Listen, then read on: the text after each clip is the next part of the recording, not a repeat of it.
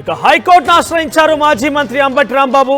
తనకు భద్రత తొలగింపు విషయంలో హైకోర్టులో పిటిషన్ దాఖలు చేశారు. 4+4 భద్రత తొలగించాలని సవాల్ చేస్తూ పిటిషన్ దాఖలు చేశారు. తనకు ప్రాణహాని ఉందని, భద్రత కొనసాగించేలా ఆదేశాలు ఇవ్వాలని కూడా పిటిషన్ దాఖలు చేశారు అంబటి రాంబాబు.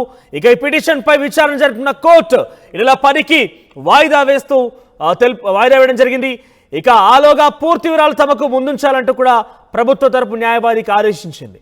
భద్రత కొనసాగించాలని పల్నాడు ఎస్పీ డీజీపీకి విజ్ఞప్తి చేసినా కూడా పట్టించుకోవడం లేదంటూ ఈ పిటిషన్లో మెన్షన్ చేశారు.